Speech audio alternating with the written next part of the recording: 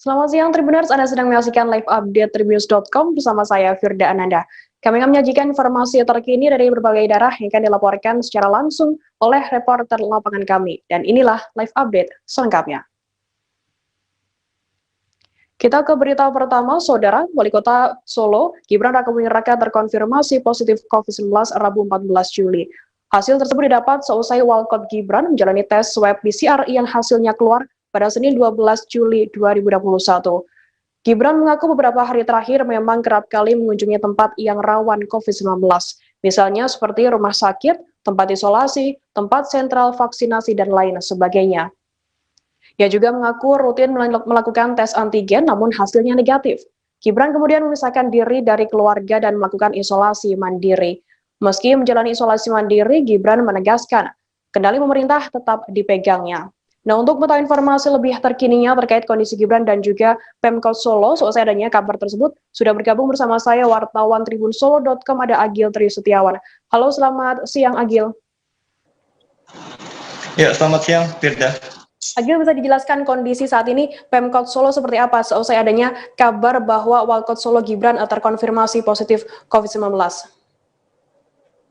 Ya, meskipun Wali Kota Solo, Gibran Rakabuming Raka saat ini tengah terkonfirmasi positif COVID-19, namun beliau dalam kondisi yang sehat dan masih bisa menjalankan acara-acara, maksud kami tugas-tugas kedinasan dengan cara koordinasi dengan via Zoom maupun by phone untuk tinjauan langsung di lapangan dan pantauan-pantauan langsung saat ini pemerintah Kota Solo dilakukan oleh Wakil Wali Kota Solo yaitu Putra Kota dan Sekda Solo Ahyani. Firda. Oke, Agil, terkait kondisi Gibran saat ini seperti apa? Apakah mengalami gejala atau seperti apa informasinya? Ya, kemarin sore Wali Kota Solo Gibran Rakabuming Raka sempat melakukan wawancara dengan wartawan melalui Zoom, yang mana nampak kondisi Gibran nampak sehat dan tegar. Kendati demikian, dia masih harus menjalani isolasi mandiri hingga batas waktu yang belum ditentukan, bahwasanya Gibran Rakabuming Raka pada minggu depan akan kembali melakukan PCR untuk mengetahui kondisi terakhir dirinya apakah masih terkonfirmasi COVID-19 atau sudah negatif. Oke, Agil, terkait isolasi mandiri, lokasinya di mana dan kondisi pihak keluarganya seperti apa saat ini? Ya, untuk lokasi isolasi mandiri yang digunakan Wali Kota Solo Gibran tidak dipublikasikan, bahwasanya kemarin kami sempat menanyakan di mana Gibran melakukan isolasi mandiri, namun dia enggan menjawab. Dia hanya memberikan statement bahwasanya dia saat ini memisahkan diri dengan istri dan kedua anaknya. Sementara itu istrinya Selfie dan kedua anaknya Jan Entes dan Lembah Mana juga menjadi kontak erat dari Gibran Rakabuming Raka, namun dari hasil tes COVID-19 yang dilakukan Selfie dan kedua anaknya negatif. Sementara itu ada juga beberapa sopir dan ajudan yang menjadi kontak erat dan setelah dilakukan uji swab hasilnya pun juga negatif. Firda. Berarti orang-orang di sekitar Gibran yang berkontak erat saat ini dinyatakan negatif COVID-19 seperti itu ya, Agil? Ya, Firda. Oke, Agil, terkait Gibran yang akan melayani masyarakat di Kota Solo sendiri, bagaimana apa yang akan dilakukan Gibran saat untuk melayani masyarakat saat dirinya menjalani isolasi mandiri? Apa yang dilakukan oleh Gibran? Ya, selama Gibran melakukan isolasi mandiri sejak hari Senin kemarin, bahwasanya rapat-rapat kedinasan baik di tingkat Kota Solo maupun rapat dengan pemerintah provinsi maupun pusat masih diikuti Gibran meskipun hanya melalui via Zoom, dan Gibran sendiri mengatakan bahwasanya meskipun dia saat ini tengah menjalani isolasi mandiri, dirinya tetap bekerja untuk masyarakat Kota Solo, namun dengan koordinasi yang terbatas. Biasanya Gibran turun lapangan atau seringkali belusuan, namun untuk saat ini agenda tersebut ditiadakan sehingga Gibran hanya bisa melakukan koordinasi dengan wali kota, sekda maupun kepala OPD di Pemkot Solo melalui sambungan telepon ataupun melalui via Zoom. Firda. Oke, Baik, terima kasih wartawan Tribun Solo Agil Tristiawan atas laporan Anda. Selamat bertugas kembali. Kita beralih ke Bandung, Saudara. Polisi memperketat akses masuk ke kota Bandung guna menekan mobilitas selama PPKM darurat berlaku. Akses batas kota di Bundaran Cibiru pun dijaga ketat aparat gabungan. Bundaran Cibiru sendiri menjadi salah satu di antara titik penyekatan batas kota Bandung selama PPKM darurat. Pada Kamis 15 Juli pagi hari ini, sejumlah aparat gabungan TNI Polri dan Dinas Perhubungan menjaga kawasan tersebut. Petugas melakukan penjagaan sekaligus mengecek dokumen persyaratan masuk ke kota Bandung. Bagi kendaraan yang membawa persyaratan dipersilakan masuk melanjutkan perjalanan. Namun apabila tidak memiliki surat-surat, pihak kepolisian akan bertindak tegas. Pengendara akan diminta untuk putar arah. Nah, untuk mengetahui informasi lebih detailnya, sudah bergabung bersama saya wartawan Tribun Jabar, ada Sania Septiana yang akan berikan laporannya. Halo, selamat siang Sania. Ya, selamat siang rekan Firda. Sania, bisa dijelaskan pantauan terkini penyekatan di Bundaran Cibiru seperti apa? Ya, untuk sejauh ini pemantauan penyekatan di Bundaran Cibiru terlihat sangat ramai karena banyak warga yang di luar kota Bandung memasuki kota Bandung, yaitu dari Sumedang dan dari daerah Kabupaten Bandung lainnya seperti Ranca Ekek dan daerah Nagrek. Sebelum memasuki daerah Kabupaten Bandung juga di wilayah Cileunyi sudah terdapat kemacetan karena perbaikan jalan yang pembuatan tol Cileunyi tersebut. Namun setelah memasuki daerah Cikalang Cileunyi, kemacetan semakin parah, hanya sekitar 10 km sampai 15 km per jam laju kendaraan yang bisa maju. Firda. Oke. Saya mendapatkan informasi bahwa nantinya akan pihak kepolisian dan aparat gabungan akan memeriksa dokumen-dokumen tertentu apabila ada pengendara yang masuk ke dalam kota Bandung. Apa saja dokumen-dokumen yang harus dimiliki oleh pengendara?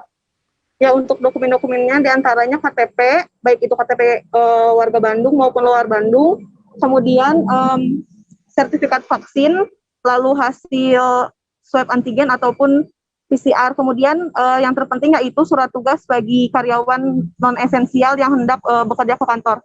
Firda. Oke. Untuk titik penyekatannya sendiri di kota Bandung, di mana saja, Sania? Untuk titik penyekatannya itu kebanyakan di daerah perbatasan kota kabupaten, kemudian kota Bandung dengan kota Cimahi, dan kota Bandung dengan Kabupaten Bandung yang mengarah ke Sumedang. Yaitu ada Bundaran Cibiru, Buah Batu, Ciberem, Ledeng, dan beberapa jalan menuju tol antar kota. Firda. Oke. Untuk di dalam kota Bandung sendiri, jalan mana saja yang ditutup, Sania? Untuk di kota Bandung itu dibagi menjadi 3 ring.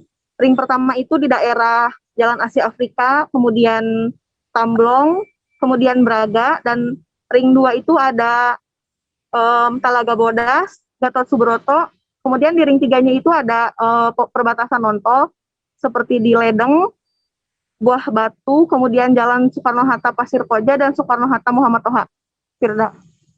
Oke, baik, terima kasih wartawan Tribun Jabar Sania Septiana atas laporan Anda. Selamat bertugas kembali. Kita beralih ke Jawa Tengah, Saudara. Pemerintah Kabupaten Batang mengambil kebijakan mematikan lampu penerangan jalan umum atau PJU di sejumlah ruas jalan yang bertujuan untuk mengurangi mobilitas masyarakat guna menekan penyebaran COVID-19. Pemadaman telah dilakukan pada 13 Juli lalu dan dimulai pukul 8 malam hingga 6 pagi. Terdapat 14 titik lokasi PJU yang dipadamkan, diantaranya yakni di alun-alun Batang, alun-alun Limpung, alun-alun Bawang, area Pasar Bandar dan sejumlah titik lainnya. Pemadaman lampu PJU akan dilakukan hingga PPKM darurat usai yakni pada 20 Juli mendatang. Titik pemadaman PJU merupakan lokasi yang kerap menimbulkan kerumunan. Nah, untuk mengetahui informasi lebih terkininya, sudah bergabung bersama saya wartawan Tribun Jateng, ada Dina Indriani. Halo, selamat siang, Dina. Selamat siang, Firda. Dina, ada 14 titik lokasi pemadaman PJU yang dipadamkan. Bisa disebutkan di mana saja? Jadi 14 titik yang dipadamkan itu di beberapa pusat keramaian seperti alun-alun Batang, alun-alun Bawang, alun-alun Limpung, dan juga beberapa jalan yang memang kerap kali menimbulkan keramaian gitu, Firda. Oke, untuk tujuannya sendiri tujuan dipadamkannya PJU di Kabupaten Batang sendiri seperti apa informasinya? Untuk tujuan utamanya adalah untuk mengurangi mobilisasi masyarakat dan juga pergerakan masyarakat guna untuk penyebaran COVID ini tidak meluas seperti itu. Bupati Batang Wiyaji juga mengatakan bahwa hal itu juga sebagai salah satu ikhtiar agar masyarakat di rumah saja. Firda. Oke, Dina, terkait 2 hari ini sudah diberlakukan pemadaman PJU di sana. Bagaimana pantauan situasinya saat pemadaman dilakukan? Untuk pemantauannya pada Rabu malam, saya memantau di beberapa titik yang menjadi pusat keramaian itu yang dimadamkan, itu terlihat sepi, hanya ada beberapa kendaraan yang melintas, pedagang-pedagang pun udah mulai berkemas dan mulai untuk pulang, seperti itu, Firda. Berarti memang masyarakat pun juga patuh terhadap aturan tersebut, begitu? Iya, untuk tingkat kesadaran masyarakat pun sudah mulai meningkat, seperti itu, Firda. Oke. Kemudian tanggapan warga sendiri terkait adanya kebijakan ini seperti apa, Dina? Tentu untuk terkait kebijakan ini ada pro dan kontra ya, Firda. Tapi sebagian besar masyarakat di Kabupaten Batang mungkin tingkat kesadarannya sudah mulai tinggi, sehingga mereka mendukung dan setuju akan adanya kebijakan tersebut karena mereka mendukung upaya pemerintah untuk penyebaran ini tidak meluas di Kabupaten Batang, seperti itu, Firda. Tribuners, terkait pemadaman PJU di Batang tadi, jurnalis kami juga sempat melakukan wawancara dengan seorang warga bernama Syukron dan berikut liputannya untuk Anda. Kalau buat penerangan saya setuju, Pak. Setuju karena apa? Jadi orang nggak banyak bergumulan di sini dan yang dimatiin kan cuma lampu penerangan jalan. Jadi warga tetap aktivitas di rumah tetap bisa. Jadi kita membantu dan ikhtiar program PPKM ini biar lancar, biar COVID cepat berlalu, ya pokoknya cepat berlalu lah COVID ini lah. Kita beralih ke Medan, Saudara. Kapolda Sumut Irjen Panca Putra Simanjuntak meminta semua petukang tambal ban harus tutup saat masa PPKM darurat di Medan berlaku. Hal itu dikarenakan tukang tambal ban termasuk ke dalam sektor esensial. Panca memerintahkan kepada anggotanya agar mensosialisasikan kepada semua tukang tambal ban yang ada di Medan terkait kebijakan tersebut. Dalam kesempatan itu, Panca juga meminta anggotanya untuk mengecek semua wilayah di Medan terkait PPKM, mulai dari mal, restoran, kafe, warung, dan lain sebagainya. Nah, untuk mengetahui informasi lebih detailnya, sudah bergabung bersama saya wartawan Tribun Victor. Halo, Selamat siang, Firda. Victor, alasan apa tukang tambal ban yang ada di sana diberhentikan operasinya? Ya, hal ini disampaikan oleh Kapolda Sumut Irjen Pol Panca Putra pada saat rapat evaluasi kepada jajaran Polda Sumut dan Polrestabes Medan terkait dengan penyelenggaraan 3 hari PPKM di Kota Medan. Nah, Panca sendiri melihat bahwa fakta di lapangan banyak masih tukang tambal ban dan juga tukang elektronik yang masih buka pada masa PPKM di hari ketiga, sehingga Panca meminta seluruh petugas untuk menutup baik itu tukang tambal ban, baik tukang elektronik juga yang ada di Kota Medan. Firda. Oke, kemudian bagaimana langkah penindakan yang dilakukan pihak kepolisian pasca masa sosialisasi 3 hari PPKM di sana berlaku? Baik, mulai hari ini tadi Pak Wali Kota Medan Bobi Nasution bersama dengan Kapolda Sumut bersama dengan Gubernur Sumatera Utara Edi Rahmayadi juga sudah memantau terkait dengan pelaksanaan PPKM di hari keempat ini. Mereka memantau menggunakan helikopter dan di mana petugas-petugas di lapangan sudah melakukan penindakan baik dengan memutarbalikkan para pengendara yang masuk ke dalam Kota Medan di berbagai titik perbatasan yang ada di Kota Medan. Jadi para pengendara diminta untuk menunjukkan surat swab antigen dan juga surat kerja yang menunjukkan bahwa mereka adalah sektor esensial dan sektor kritikal. Firda.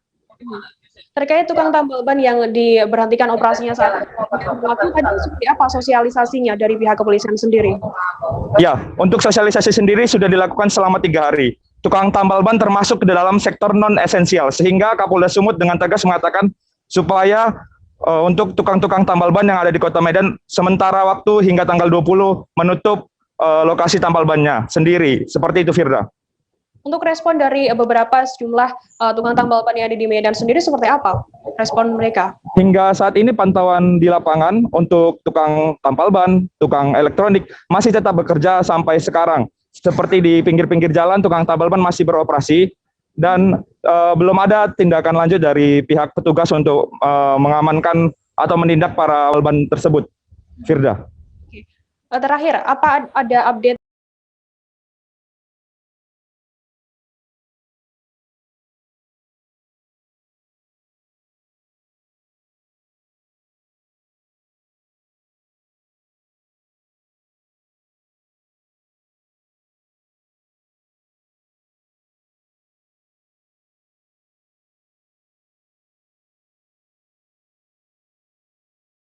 terakhir? 7 ini yang semalam baru mulai, Apa yang saya dirasakan udah Kapten Hitam?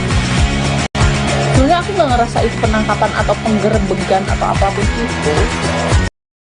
Karena gini loh, posisinya aku kriteria. Jadi kita mengenal disebut dengan stroke yang tidak berdarah dengan stroke yang berdarah.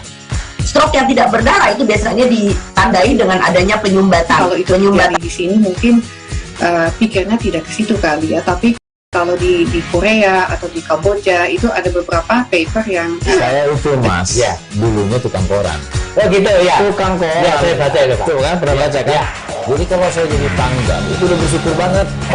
Si anak ini dijadikan sebagai tersangka begitu.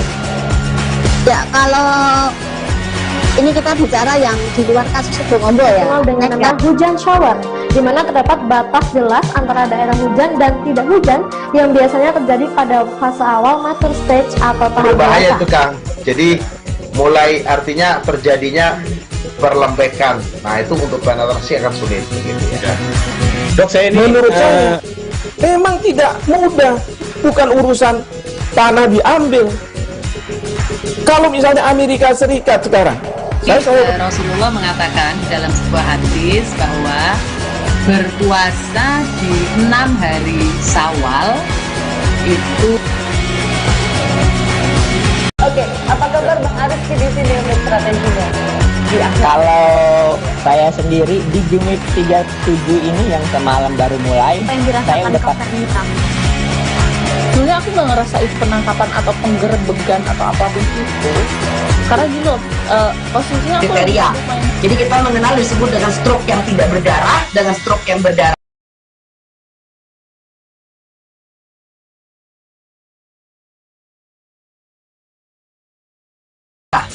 Stroke yang tidak berdarah itu biasanya ditandai dengan adanya penyumbatan. kalau itu terjadi pikirnya tidak ke situ kali ya, tapi kalau di Korea atau di Kamboja itu ada beberapa paper yang saya itu mas. Terima kasih Anda masih bersama kami di Live Update. Kita beralih ke Papua, Saudara. Kantor Otoritas Jasa Keuangan OJK Papua dan Papua Barat bersama Bank Indonesia serta Forum Komunikasi Industri Jasa Keuangan FKIJK Provinsi Papua menyelenggarakan vaksinasi massal COVID-19. Kegiatan tersebut digelar pada Kamis 15 Juli pagi tadi. Acara ini digelar sebagai upaya mendukung pemerintah dalam mencapai target vaksinasi COVID-19. Nah, untuk mengetahui informasi lebih detailnya, sudah bergabung bersama saya, wartawan Tribun Papua, ada Tirza Bunyadone yang akan memberikan laporannya. Halo, selamat siang Tirza.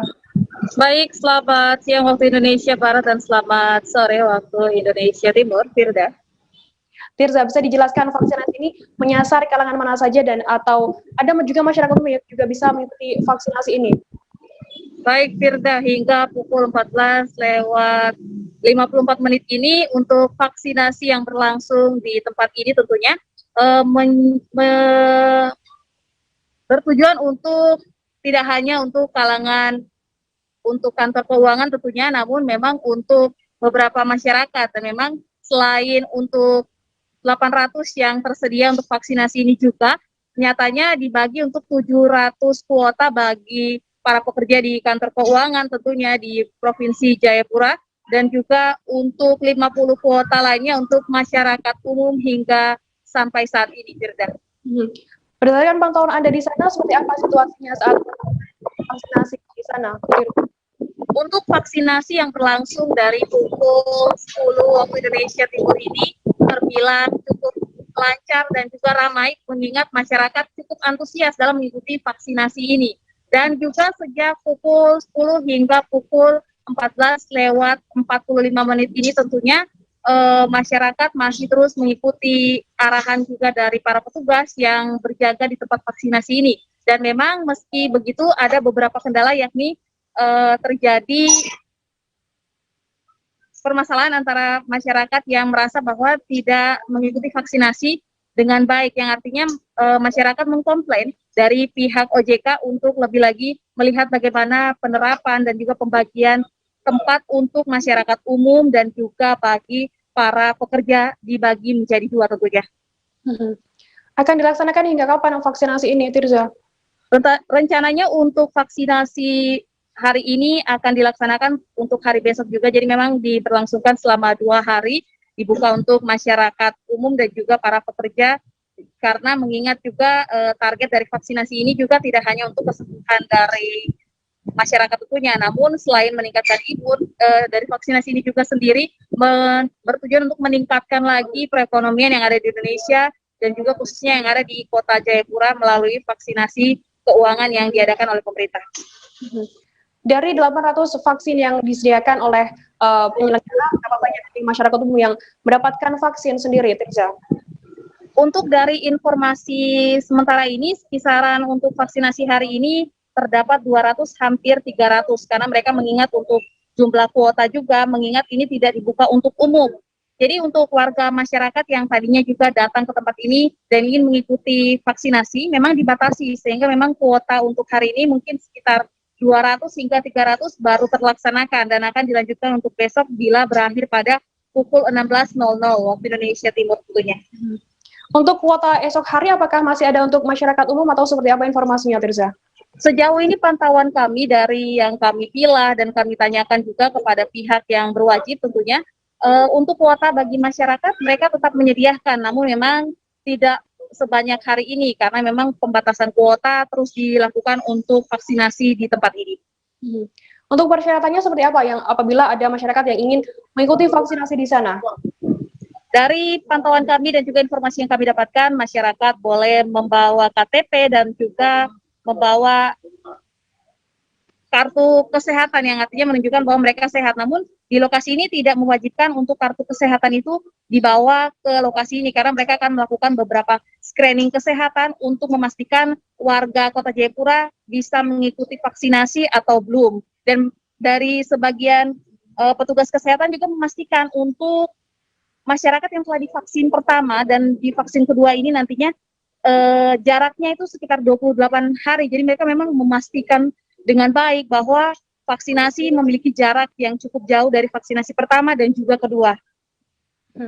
Oke, Tribuners, tadi jurnalis kami juga sempat melakukan wawancara dengan Kepala OJK Provinsi Papua dan Papua Barat, Adolf Victor Tunggul Simanjuntak, dan juga Direktur Bisnis Bank Papua Sadar Sebayang, dan berikut liputannya untuk Anda.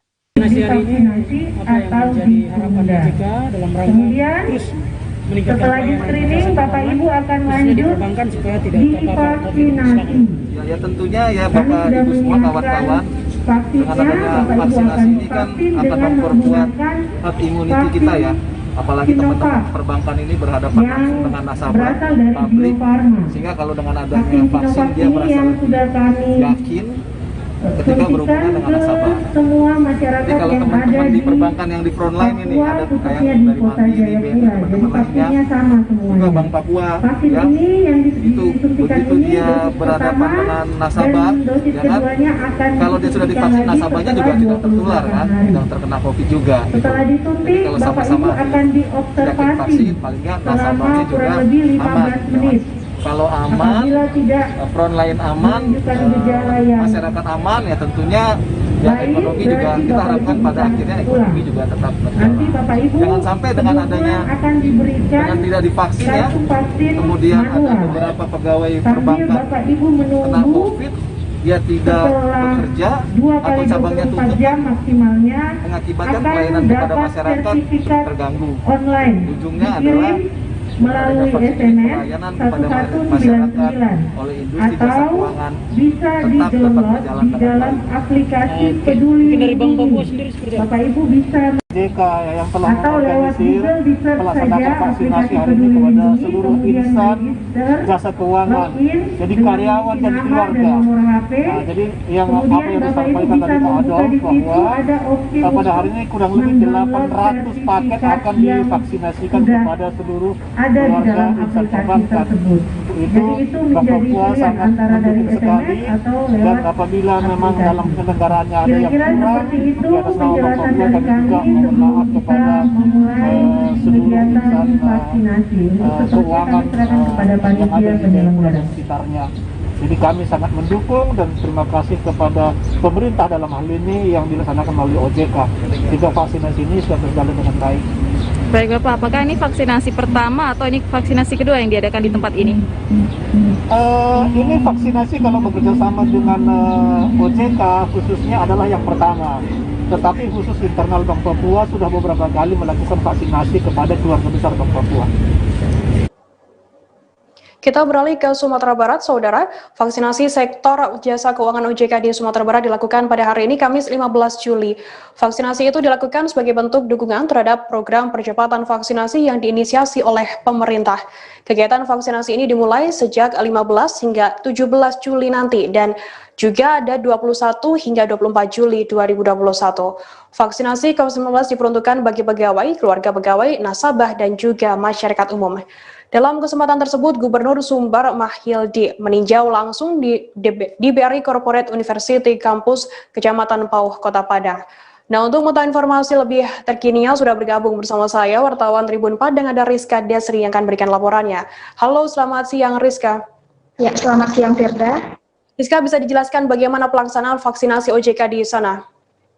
Ya, untuk pelaksanaan vaksinasi sektor jasa keuangan di Provinsi Sumatera Barat itu sudah dimulai 15 Juli hari ini. Nah, untuk sebenarnya sebelumnya juga OJK sudah melakukan vaksinasi pada tahap pertama yaitu dengan target 1.300 orang. Namun yang mengikuti vaksinasi pada kesempatan tersebut hanya 600 orang karena keterbatasan dari waktu dan sebagainya. Kemudian OJK kembali melakukan vaksinasi pada hari ini dengan target 10.400 orang yang akan digelar mulai hari ini 15 Juli hingga 17 Juli, kemudian dilanjutkan lagi nanti pada 21 Juli hingga 24 Juli. Nah, vaksinasi ini diperuntukkan bagi pegawai, itu ada keluarga pegawai juga, nasabah, dan masyarakat.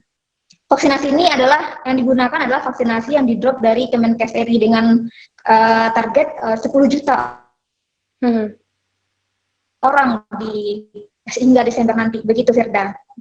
Untuk mekanisme vaksinasi bagi pegawai, kemudian nasabah dan juga masyarakat umum seperti apa informasinya?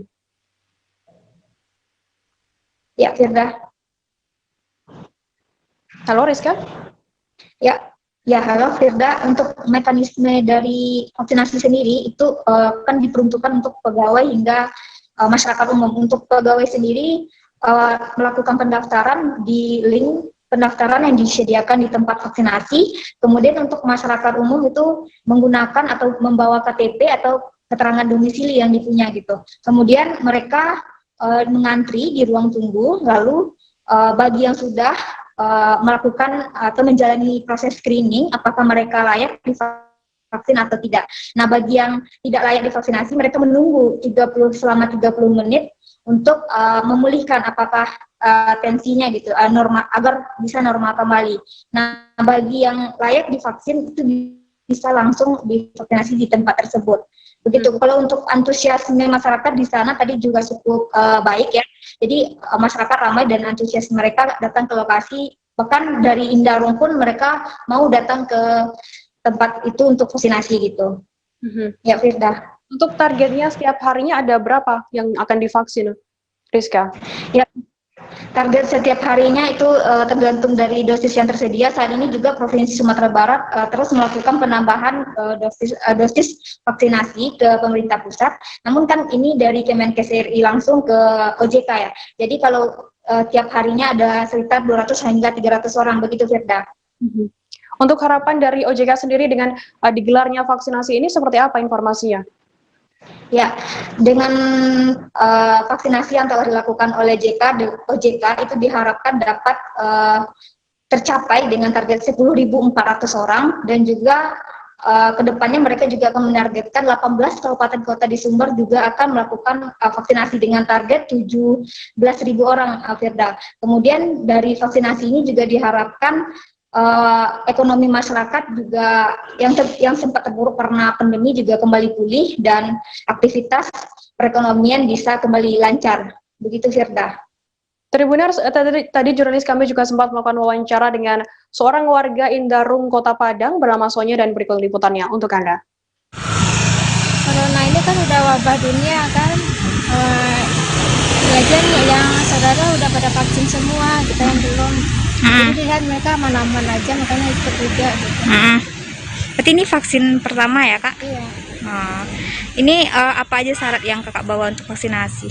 Katanya bawa KTP aja. Bawa KTP aja. Tahu informasi ada vaksinasi di sini dari siapa, Kak? Dari saudara. Harapan dengan vaksinasi ini apa, Kak, untuk kedepannya? Semoga benar-benar berhasil, wabah coronanya cepat pergi gitu, cepat hilang. Mungkin ada ajakan juga untuk teman-teman atau masyarakat lain, Kak? Ya, sejauh ini kan dilihat yang udah vaksin banyak yang baik-baik aja gitu kan. Kalau bisa semuanya merata pakai ikut vaksinasi gitu. Sehingga pandemi segera itu ya, Kak? Iya, semoga pandemi segera berakhir, bisa normal lagi gitu. Nama, Kak? Sonya. Dari? Indarong. Dari Indarong. Makasih. Kasus COVID-19 di perbatasan RI Malaysia mulai menunjukkan tanda-tanda pemulihan. Ratusan pasien dinyatakan sembuh berdasarkan hasil pemeriksaan. Sebelumnya, angka kasus suspek di wilayah Apau Kayan berjumlah 554 orang yang dinyatakan positif hasil rapid antigennya. Data dari Dinas Kesehatan P2KB Malinau hingga kemarin pada Rabu 14 Juli, kasus suspek yang dinyatakan berjumlah 175 orang. Saat ini masih ada 369 di wilayah Apau Kayan yang menjalani isolasi mandiri.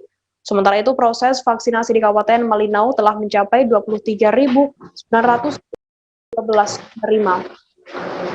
Jumlah 43.741 sasaran di seluruh Malinau, dengan rincian 32% menerima yang telah menerima dosis 1 dan 2, dan 12% telah menerima dosis 1 menunggu dan sedang menunggu dosis 2. Nah, masih lebih detailnya, sudah bergabung bersama saya wartawan Tribun Kaltar ada Muhammad Supri yang akan berikan laporannya. Halo, selamat siang Supri. Selamat siang, Firda. Supri, bisa dijelaskan berapa tepatnya jumlah sasaran vaksinasi COVID-19 di Malinau sendiri, dan saat ini sejauh mana progresnya? Ya, baik. Bisa kami laporkan hari ini bertepatan dengan gelombang ketiga pelaksanaan vaksinasi di Kodim 0910 Malinau dengan jumlah sasaran 300 sasaran per hari. Kodim 0910 sendiri membatasi jumlah penerima untuk perharinya menjadi 300 penerima. Ini dikarenakan tingginya animo dari masyarakat untuk menerima atau memperoleh vaksin dari vaksinasi massal, sehingga Kodim 0910 Malinau menetapkan kebijakan untuk membatasi 300 penerima tiap harinya. Sama pada pagi hari tadi telah digelar vaksinasi terhitung gelombang ketiga untuk bulan ini atau bulan Juli ini. Sebelumnya pernah diadakan gelombang 1 dan 2, dan hari ini pagi tadi telah dilaksanakan vaksinasi gelombang ketiga. Nah, untuk data sendiri dari Dinas Kesehatan atau Satgas Penanganan COVID-19 Malinau, jumlah sasaran hingga hari Kamis 15 Juli 2021, jumlah sasaran awalnya adalah 24.279 orang. Kemudian ada pembaruan data dari Dinas Kesehatan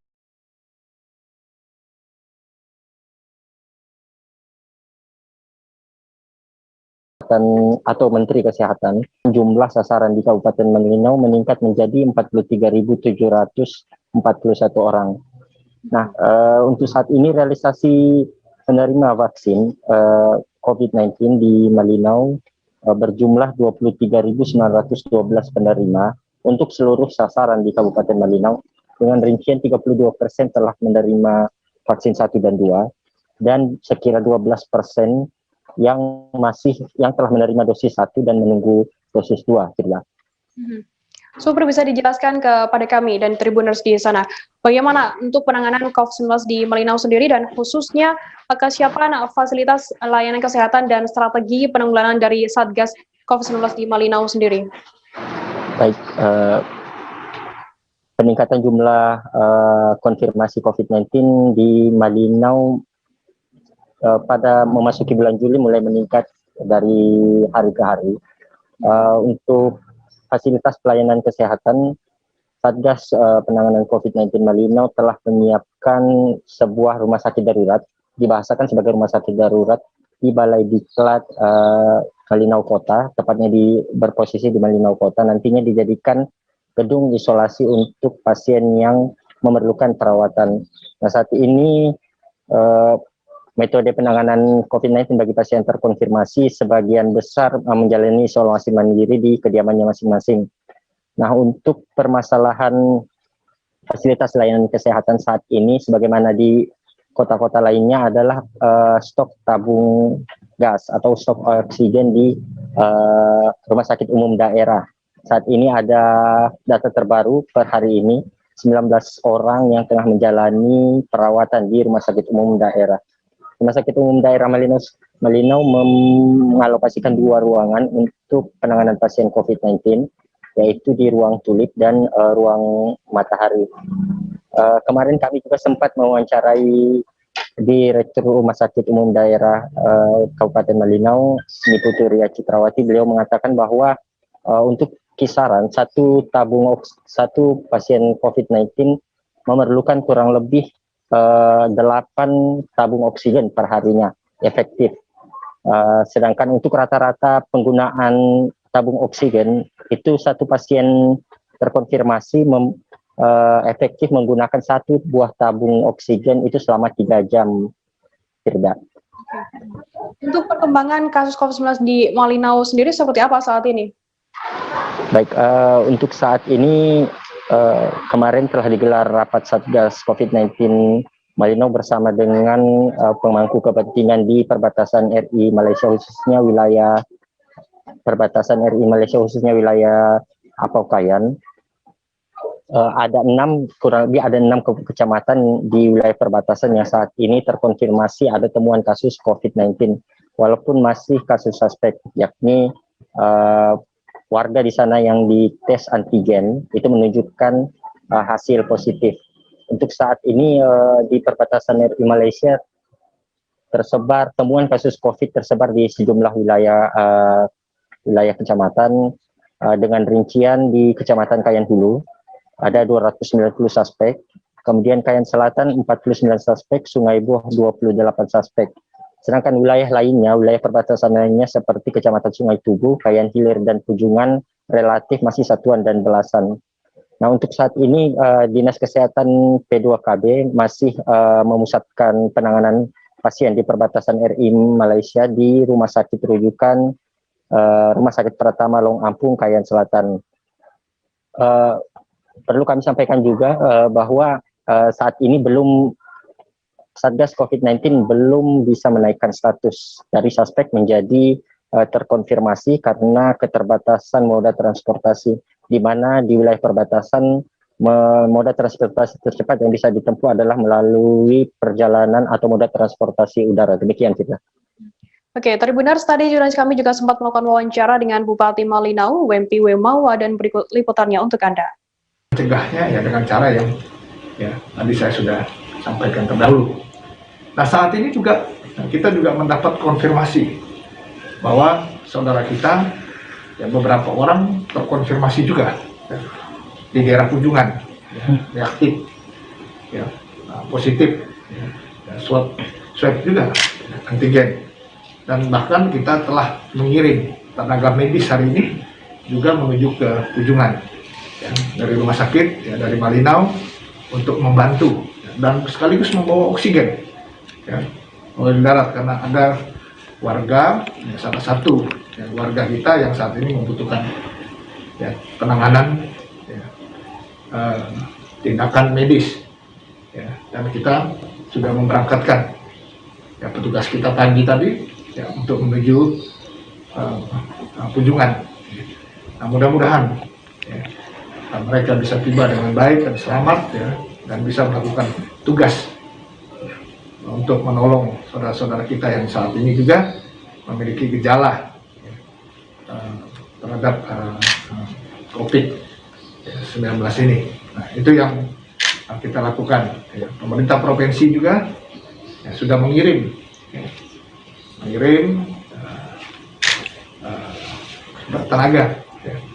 tenaga gabungan ya, di daerah. Tribuner, selesai jeda kami akan kembali dengan informasi menarik lainnya tetap di live update. Oke, apa kabar Bang Aris di sini untuk strateginya? Kalau saya sendiri di Gimik 37 ini yang semalam baru mulai, Apa yang saya dirasakan udah Kapten Hitam?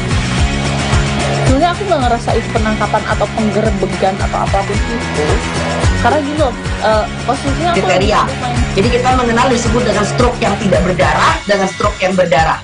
Stroke yang tidak berdarah itu biasanya ditandai dengan adanya penyumbatan. Kalau itu terjadi di sini mungkin pikirnya tidak ke situ kali ya, tapi kalau di Korea atau di Kamboja itu ada beberapa paper yang saya itu mas, ya dulunya tukang koran. Oh gitu ya, tukang koran. Ya saya baca itu pak. Tuh kan pernah baca kan? Ya. Jadi kalau saya jadi pangdam itu udah bersyukur banget. Si anak ini dijadikan sebagai tersangka begitu. Ya, kalau ini kita bicara yang di luar kasus Sebongombo ya. Dengan nama hujan shower, di mana terdapat batas jelas antara daerah hujan dan tidak hujan yang biasanya terjadi pada fase awal mature stage atau tahap Berbahaya dewasa. itu Kang. Jadi mulai artinya terjadinya perlembekan. Nah itu untuk penetrasi akan sulit. Gitu ya.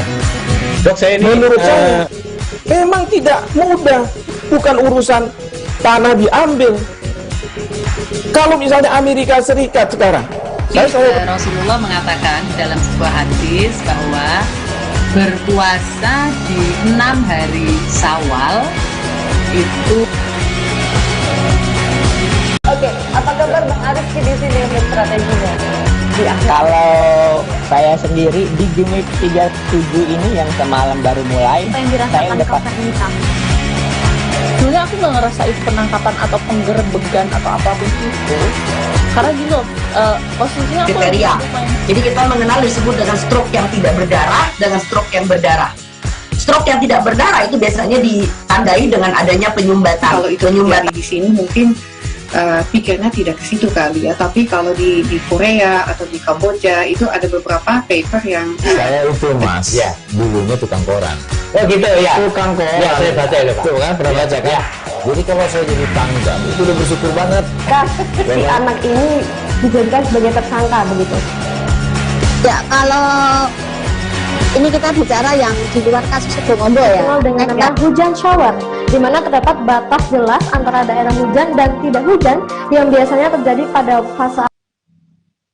Terima kasih Anda masih bersama kami di live update. Kita beralih ke berita selanjutnya, Saudara. Jembatan atau trestel di Pelabuhan Internasional Kijing, Sungai Kunyit, Kabupaten Mempawah, Kalimantan Barat ambruk.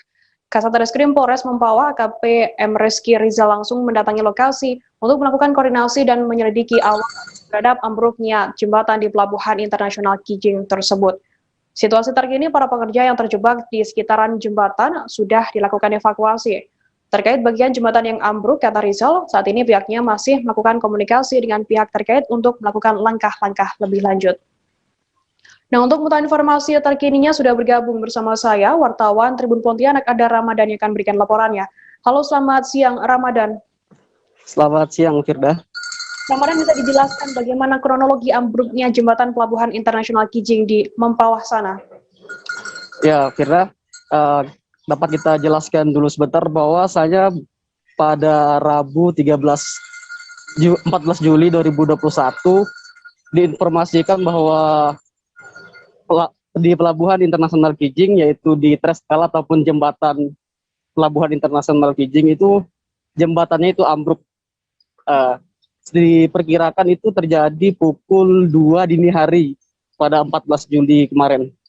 Dan menurut penuturan dari pantauan kita di lapangan dari manajer konstruksi PT Wika sendiri menyebutkan bahwa konstruksi ataupun bangunan itu roboh ataupun ambruk disebabkan memang cuaca di Kabupaten Mempawah yang pada kemarin itu dalam keadaan tidak normal, dihantam ombak dan juga dihantam oleh tongkang seperti itu.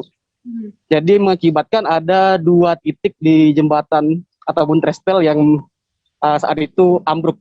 Ada 2 titik. Begitu, Firda. Ramadan, mungkin adakah korban jiwa yang terjadi di sana? Untuk korban jiwa sendiri, alhamdulillah tidak ada korban jiwa. Adapun pekerja ataupun yang di jembatan yang di ujung sana, kemarin itu ada sebanyak 58 orang dan langsung dilakukan evakuasi melihat situasi dan kondisi saat gelombang sudah mulai mereda.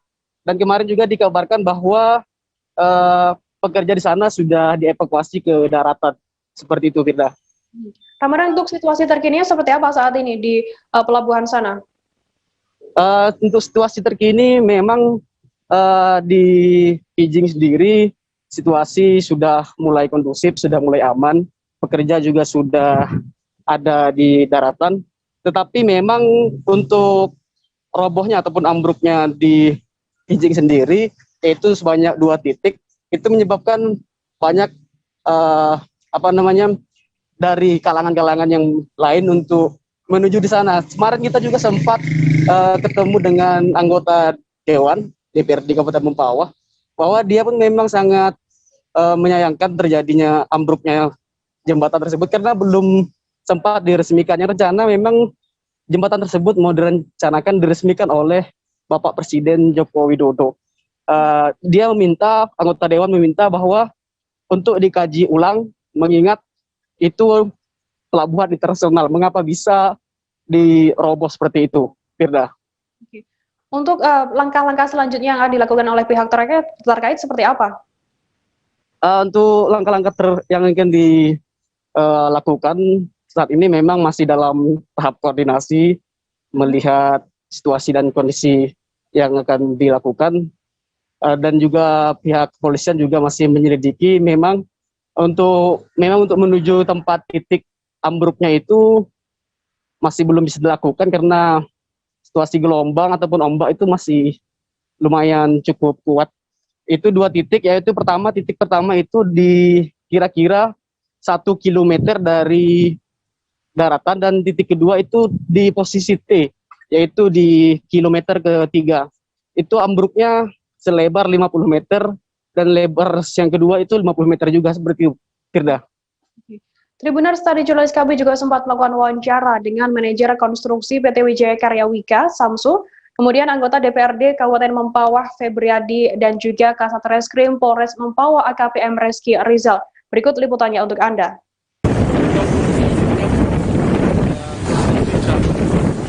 Malam, Pak ya, malam, angin kencang, angin di atas 35 knot. Ada rumah kami yang larat, jadi akibatnya sebagian menabrak ke lokasi itu, Pak. Oh, tongkang yang menabrak ke jembatan itu, Pak ya? Bukan karena apa? Karena cuaca, Pak. Karena cuaca yang ekstrim.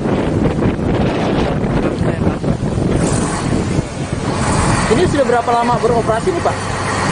Kalau operasinya kurang lebih 1 tahun, kurang lebih ya setengah tahun. Itu kalau operasi, Pak, izin dari kementerian, Pak, atau SOP setempat?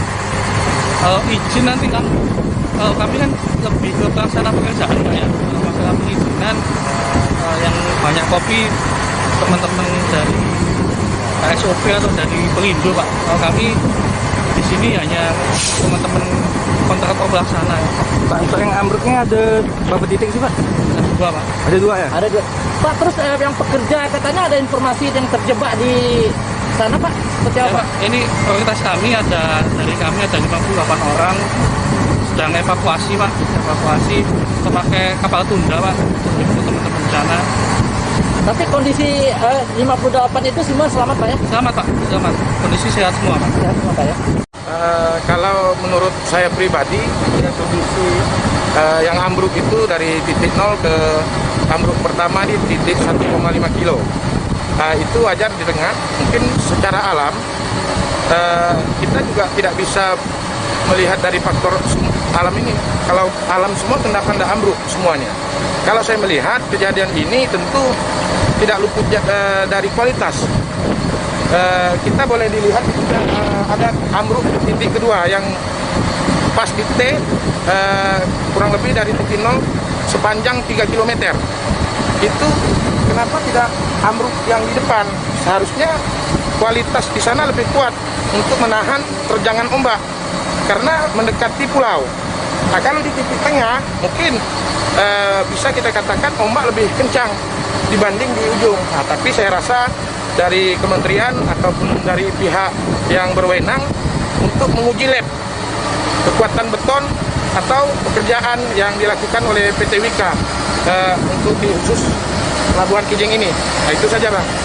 Kami dari Polres Sumbawa, pada intinya dari Polres Sumbawa hari ini kita memastikan untuk adanya informasi terkait ada jembatan ataupun trestle di Pelabuhan Kijing, ada yang ambruk. Kemudian yang kita prioritaskan adalah karyawan ataupun pekerja-pekerja yang masih ada di sana. Kita bantu komunikasikan, kita sambungkan dengan beberapa pihak untuk melakukan tindakan evakuasi sehingga kita bisa memastikan kondisinya semuanya selamat. Kemudian untuk konstruksi ataupun ada fisik yang rusak akan kami koordinasikan dengan para pihak terkait untuk mengambil langkah-langkah lebih lanjut. Pondok Pesantren Al-Falah Landasan Ulin Banjarbaru Kalimantan Selatan mengalami kebakaran pada Kamis 15 Juli pagi tadi. Menurut salah seorang ustadz Ponpes Al-Falah, Muhammad Musibah, kebakaran itu meluluh lantahkan sekelas tingkat awaliyah dan juga asrama. Seorang santri menuturkan kebakaran terjadi saat para santri sedang berada di dalam masjid. Santri tersebut mengungkapkan api muncul dan membakar gedung asrama Ibnu Abbas, kemudian menjalar ke asrama lainnya. Baju, kitab, uang tunai, dan semua barang milik santri hangus di lap sejago merah. Nah, untuk mengetahui informasi lebih detailnya sudah bergabung bersama saya wartawan Banjarmasin Pos ada Siti Bulkis yang akan berikan laporannya. Halo, selamat siang Siti. Selamat siang Firda. Siti, bisa dijelaskan bagaimana kronologi kebakaran yang ada di Ponpes sana? Ya, begini Firda. Awal dari kronologis kebakaran yang terjadi di Pondok Pesantren Al-Falah Banjarbaru ini terjadi sekitar pukul 6 dan di saat itu para santri dan juga kiai yang ada di sini di Pondok Pesantren Al-Falah ini sedang melaksanakan sholat subuh berjamaah. Nah, di saat di situlah ada salah satu dari santrinya yang melihat ada kepulan asap di salah satu bagian dari bangunan yang terbakar. Yang diduga akibat dari korsleting listrik. Ada berapa banyak ruangan yang terbakar, Siti? Ya, untuk jumlah bangunan yang terbakar ada 12 asrama santri, dan juga kelas, 1 wartel, dan 1 toko kitab di Pondok Pesantren Al-Falah ini. Oke, untuk kondisi para santri sendiri seperti apa pasca kebakaran terjadi di sana? Ya, untuk kondisi para santri sendiri pasca kebakaran kebetulan memang hari ini direncanakan seluruh santri itu untuk akan dipulangkan libur lebaran. Jadi kebetulan sekali kejadiannya itu di hari mereka memang harusnya pulang. Jadi mereka tadinya direncanakan akan pulang sekitar setelah ba'da zuhur.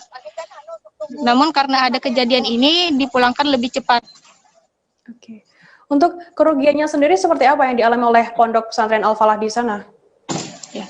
Berdasarkan dari keterangan dari Kiai Nur Syahid Ramli, diperkirakan kerugian yang dialami Pondok Pesantren Al-Falah akibat kebakaran ini sekitar 1 miliar.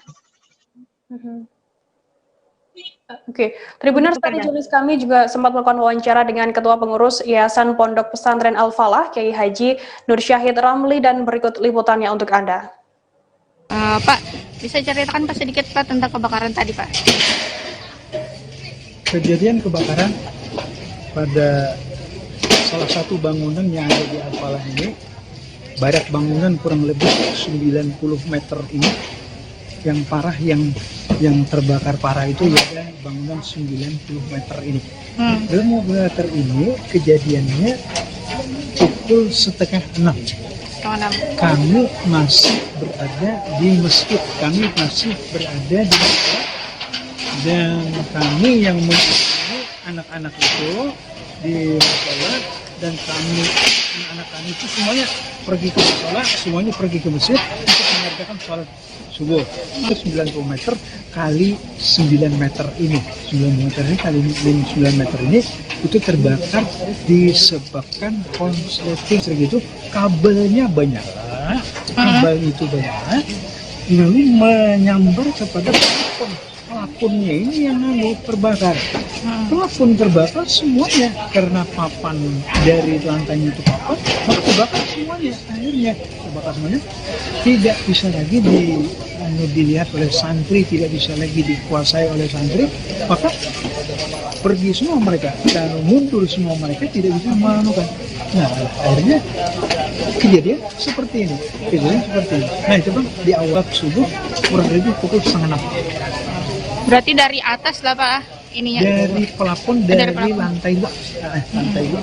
Dari lantai 2. Di plafon lantai 2 itu karena kabel masuk ke lantai 2 itu. Lantai 2. Kemudian yang lantai itu kan ada lagi plafon satu lagi kan, yang menyala itu adanya di lantai yang di lantai 2 itu. Jadi plafonnya itu yang menyala. Tidak ada di dalam situ. Yang terbakar ya kasur mereka, lemari mereka, baju mereka yang terbakar. Itu. Jadi yang terbakar itu lokal, 12 lokal untuk dasar, dan 2 barak besar yang digunakan untuk asrama, 2 itu terbakar. Kemudian berikutnya plus sampingnya ini itu ada bangunan, 2 bangunan, 1 lantai saja, 2 lantai, yang ini di depan kita ini 1 lantai saja, itu 2 ini ikut terbakar juga, habis juga yang 2 bangunan kurang lebih 12 meter kali 8 meter. Itu 2 bangunan itu, 1 bangunan 12 meter kali 8, satunya lagi 12 meter kali 8, kedua-duanya terbakar. 1 lagi yang di sini tidak ikut terbakar, alhamdulillah kada ikut terbakar. 1 lagi yang 12 meter kali 8 meter itu kada tidak terbakar. Kita beralih ke berita selanjutnya, Saudara. Jajaran Polres Bengkalis berhasil mengungkap kasus penculikan dengan motif penagihan utang di Batin Solapan wilayah hukum Polsek Mandau. Penculikan dilakukan oleh komplotan debt collector atau penagih utang bayaran yang terdiri dari 5 pelaku. 3 hari pencarian, polisi meringkus 2 pelaku penculikan dari kelompok penagihan utang. 3 pelaku lainnya berhasil kabur saat hendak ditangkap oleh pihak kepolisian. Polisi juga bergerak cepat menangkap otak penculikan dan seorang temannya yang bertugas memata-matai rumah korban. Kapolres Bengkalis AKBP Hendra Gunawan mengatakan penculikan dilakukan untuk mengintimidasi korban bernama Badrul Munir agar segera membayar utangnya kepada otak pelaku penculikan bernama Silviani. Nah, untuk mengetahui informasi lebih detailnya, sudah bergabung bersama saya wartawan Tribun Pekanbaru ada M. Nasir. Halo, selamat siang Nasir. Selamat siang Firda. Nasir, bisa dijelaskan apa sebenarnya kronologi penculikan tersebut seperti apa? Ya, Firda, kronologis penculikan ini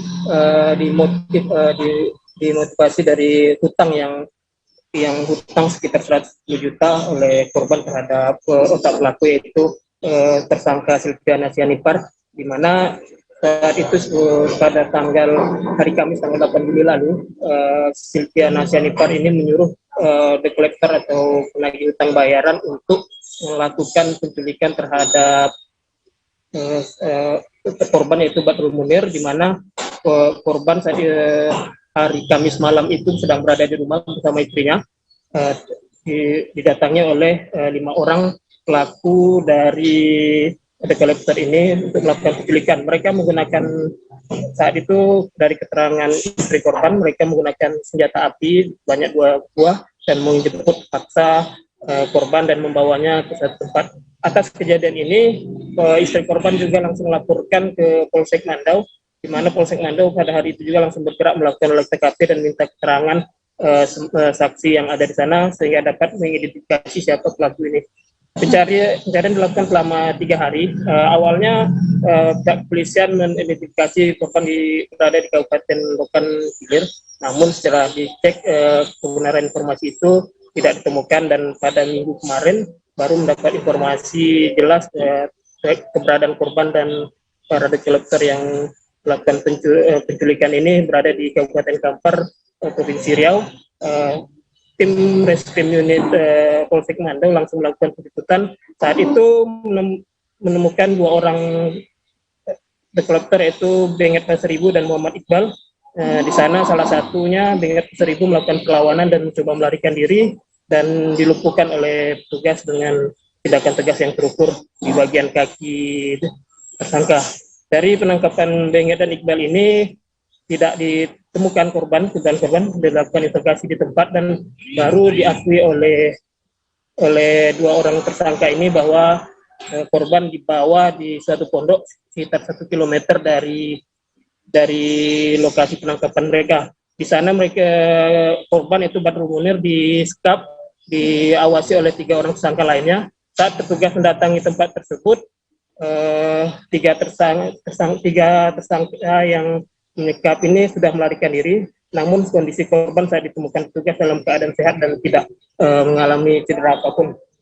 Kemudian dilakukan interogasi pada Benget Seribu dan Muhammad Iqbal. Saat itu mengakui mereka disuruh oleh salah seorang perempuan yang tinggal di Kecamatan Mandau juga, di mana bernama Silviana Sinanipar. Di sana langsung dilakukan petugas melakukan penjemputan Silviana Sinanipar di rumahnya di Kelurahan Gajah Sakti, Kecamatan Mandau.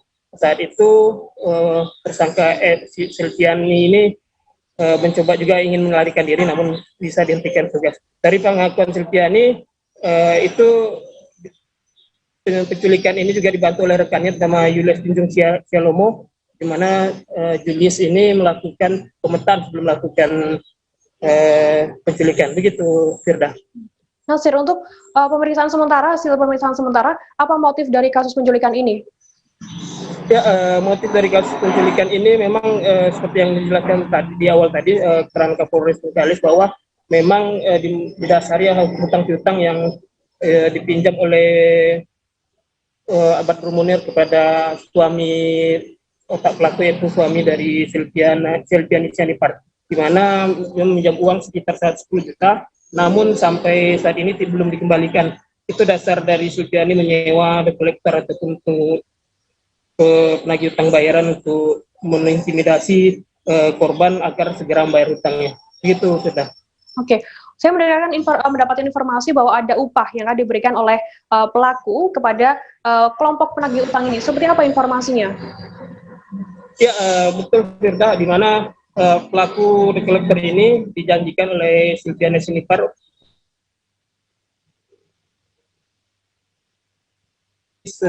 seharga 30 juta rupiah. Namun ini belum dibayarkan karena aksi mereka sudah lebih dahulu digagalkan oleh polisi dalam upaya penculikan ini. Begitu, Firda. Untuk 30 juta itu apakah per orang atau satu kelompok mendapatkan 30 juta? Seperti apa informasinya, Natsir? Informasinya 30 juta itu akan diberikan per satu kelompok 5 orang penagih utang ini. Jadi nominal ini untuk satu kelompok, bukan perorangan, Firda. Oke, terhadap pelaku yang masih buron ini, Natsir, apakah sudah diketahui keberadaannya oleh pihak kepolisian atau seperti apa informasinya? Informasinya sampai saat ini petugas Polsek Mandau dibantu oleh Satreskrim Polres Bengkalis masih melakukan pencarian keberadaan 3 tersangka ini. 3 tersangka yang masih sudah melarikan diri ini diantaranya berinisial A, S, dan M. Begitu, Firda. Oke, terima kasih wartawan Tribun Pekanbaru M. Natsir atas laporan Anda. Selamat bertugas kembali. Kita beralih ke berita selanjutnya, Saudara. Menjelang Hari Raya Idul Adha 1442 Hijriah, harga sembako di Sulawesi Utara, khususnya di Kota Manado, terbilang stabil. Di Pasar Bersahati, Kota Manado, tak ada kenaikan harga yang signifikan. Sembako seperti beras, tepung, gula, dan minyak terbilang cukup aman. Seorang pedagang mengatakan Idul Adha bukan merupakan hari besar bagi masyarakat Sulut. Harga sembako biasanya naik saat Natal dan juga Tahun Baru. Nah, untuk mengetahui informasi lebih detailnya sudah bergabung bersama saya wartawan Tribun Manado, ada Isfara Safitri yang akan berikan laporannya. Halo, selamat siang Isfara. Halo, selamat siang. Oke, Isfara, bagaimana harga sembako dan daging sapi menjelang Idul Adha?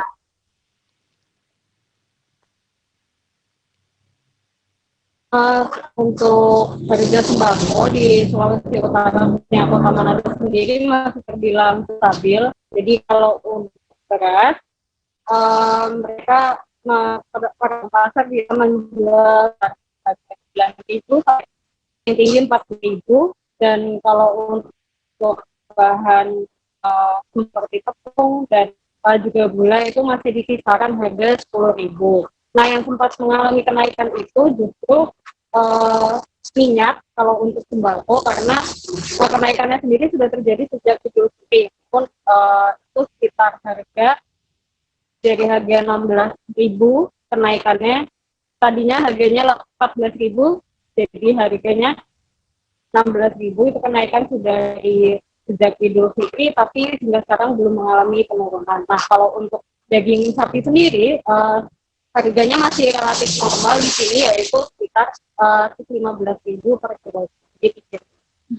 Oke, Iswara, bagaimana ketersediaan stok sembako dan daging sapi menjelang Idul Adha di sana, dan stok didatangkannya dari mana saja? Kalau untuk sembako sendiri seperti beras, menurut satu pedagang di pasar, itu mereka ambil stok beras itu dari Bulog, dan Bulog sendiri biasanya mengambil stok itu dari Bolang Mongondo Raya. Lalu untuk kalau yang ambil dari petani sendiri, yang pedagang ambil langsung dari petani itu biasanya paling jauh sampai ke Gorontalo. Nah, kalau untuk dari daging sapi sendiri, biasanya para pedagang sapi di pasar induk di Kota Manado itu mereka ambilnya langsung dari Minahasa Utara. Oke, Isfara, untuk penyebabnya sendiri, faktor penyebab harga sembako untuk keduanya, silakan. Kalau untuk stoknya sendiri, jadi sejauh ini menurut para pedagang aman ya. Jadi kalau untuk Idul Adha ini memang tidak ada kekurangan stok juga. Oke, Isfara, untuk penyebab dan juga faktor mungkin ya yang menyebabkan harga sembako dan daging sapi ini stabil seperti apa informasinya? Yang tadi sudah saya bilang bahwa stok untuk sembako sendiri bisa dibilang relatif aman. Jadi kayak para pedagang itu biasa mengambil sekitar 250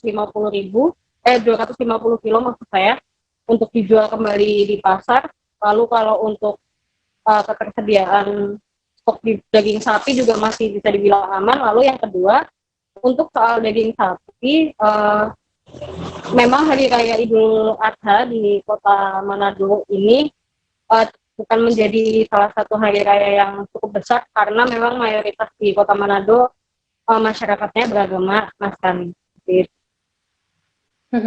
Tribuners, tadi jurnalis kami juga sempat melakukan wawancara dengan Ketua Pedagang dan juga pedagang sembako bernama Roli Watipongoh. Berikut liputannya untuk Anda. Nah, Tribuner, saat ini saya sedang berada bersama Pak Ope Muhammad, Ketua Asosiasi Pedagang Daging Sapi ya Pak di Pasar Bersahati. Nah Pak, kalau boleh tahu menjelang Idul Adha ini penjualannya seperti apa Pak? Untuk menghadapi Idul Adha ini, yang sebetulnya kalau untuk harga daging biasa stabil, nggak ada pengaruh apa-apa. Oke. Nanti kemungkinan besar di waktu dekat hari hanya itu tinggal kita lihat aja. Kalau misalkan biasanya kayak macam tahun-tahun lalu kan besoknya hari H, masyarakat belanja itu agak banyak juga. Agak banyak ya Pak. Disitulah akan naik daging sampai dia akan mencapai sampai 120.000. Tapi untuk sekarang dia masih main 115, Oke, harganya masih 115 ya Pak? Itu per kilo ya Pak ya? Nah, kalau boleh tahu kebanyakan daging sapi ini yang dicari itu yang bagian apa Pak? Kalau Yang bagian paha. Bagian paha ya? Oke. Jadi, terus kalau untuk selama pandemi ini penjualannya berpengaruh nggak sih Pak? Pengaruh, selama baru-baru di pandemi ini dia pengaruh. Biasanya yang relasi kita yang biasanya ambil sampai 5-6 kilo dia menurun karena sementara ini kan ada untuk rumah-rumah makan kan jam 7 sudah ditutup kan, jadi pengaruh juga di kita sini. Oh, itu berkurang sekitar berapa persen? Biasanya Pak? dia turun sampai 50%. 50% ya, oke. Nah, berarti kalau untuk Idul Adha ini nanti, masih aman kan iya, ya Pak? Sampai Idul Adha ini masih aman, cuma takutnya jangan sampai tinggal di stok. Nah sekarang kan dia pengaruh, ini sekarang dia kan karena dia pengaruh ke sapi korban. Sapi korban ini kan harganya kan agak tinggi kan harganya. Nah sekarang seandainya di hari hanya itu tinggal kalau memang ada stok banyak ya berarti daging tetap biasa harganya. Biasa ya.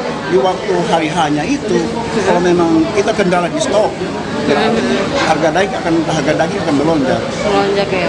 Itu kalau stoknya maksudnya tinggal kita tinggal di stok aja, kita lihat di stok aja. Tapi kalau untuk saat ini stoknya masih aman ya Pak ya? Untuk saat ini stok masih aman. Oke, itu biasa daging-daging di sini itu diambil dari kota Manado atau gimana Pak? Kalau untuk sapi ya ada yang dari daerah Minsel. Oke. Ya udah kalau gitu Pak, terima kasih banyak untuk. Selamat pagi Pak. Selamat pagi. Nah saat ini Tribuners di depan saya ada Pak Roli Watupongo yang berdagang beras dan juga kacang serta jagung ya Pak ya, di Pasar Bersahati. Nah Pak, kalau boleh tahu untuk harga beras saat ini seperti apa Pak? Sebentar lagi kan Idul Adha. Iya. Apakah harganya stabil atau ada kenaikan atau justru menurun Pak? Begini, kalau menghadapi ini untuk Idul Adha, itu kalau beras atau pangan ini, itu tidak ada kenaikan sama sekali, tidak ada. Nggak ada karena kenaikan ya? Dia punya stok itu cukup melimpah. Oke. Jadi dia terjamin dia punya kualitas dan juga dengan secukupnya ada semua. Jadi tidak artinya merasakan nanti di hari Idul Adha itu akan jadi susah beras begitu, tidak ada. Tidak ada ya Pak ya. Iya. Nah, kemudian juga ada kita kan di sini juga ada jual kacang hijau. Kacang hijau itu hari memangnya mahal. Ya penjualannya kan sampai 25. Sekarang dia 22, ada dia turun 3.000 rupiah per kilo. Sedangkan beras itu waktu beberapa bulan lalu kalau kita ambil per sak itu 50 kilo yang dari Tolai atau Wono atau Sulawesi Tengah itu sekarang pasarannya 450 455. Itu pasarannya. Jadi kita ecer sini 10.000. 10.000. Iya. Itu yang paling murah ya Pak ya? Ya, artinya stabil lah. Bukan paling murah, stabil. Karena lebih murah masih ada lebih murah itu dari Bulog ya. Beras Bulognya masih ini beras medium. Iya, itu lebih murah, ya kan? Ini ya 9.500 ya Pak ya. Iya. Oke. Nah, kemudian kalau beras yang dari Bolmong itu kan pusatnya dari Kota Mobagu. Ada juga yang dari Dumoga, ada juga dari itu Bolong Timur, yang Barat. Itu dengan tiba-tiba bisa saja melonjak jadinya harga. Tapi kalau untuk Idul Adha itu atau Idul Fitri enggak ada ya. Enggak ada. Oke. Berarti untuk stok beras saat ini aman ya Pak ya. Kalau untuk jagung sendiri Pak? Nah, yang jagung ini itu yang harganya naik. Harganya naik. Tadinya kan kita ambil 5.800, 6.000, sekarang sampai 7.000. Jadi dia naik per kilo itu 1.200. Per kilo dia naik. Itu yang naik itu jagung. Itu karena apa? Ini sebenarnya jagung itu cukup banyak ditanam, banyak itu. Cuma ini saya dengar itu kan ada apa namanya, ada ekspor impor, ya toh? Jadi dalam negeri itu dikirimkan keluar. Jadi yang sebenarnya menjadi kebutuhan yang di dalam ini kan sudah dikirim, otomatis dia naik. Karena di sini sudah kurang, begitu kurang pun. Ya. Karena tanah-tanah yang dipergunakan untuk jagung sudah dijual jadi perumahan semua. Ya kan orang mau bilang cepat saja kayak gitu, dia bilang instan lah. Dia bilang saya cepat dapat mobil, saya dapat motor, jual saja. Secara instan kan begitu. Itu pengaruhnya sampai itu daerah-daerah yang akan ditanam jagung itu berkurang oleh karena begitu sudah dijual. Dan itu kedua itu seperti itu dikirim sampai ke luar negeri. Gitu. Dan jadi kebutuhan dalam negeri itu sudah berkurang. Kalau gitu terima kasih Pak Roli untuk penjelasannya. Saya mau keliling dulu ya Pak ya. Terima kasih. Tribuners, informasi tadi sekaligus menutup perjumpaan kita dalam live update hari ini. Masih di tengah pandemi, kami terus mengingatkan Anda untuk selalu menerapkan protokol kesehatan dimanapun Anda berada. Saya Firdananda beserta kru yang bertugas pamit undur diri. Terima kasih dan sampai jumpa. Jangan lupa like, subscribe, dan share ya.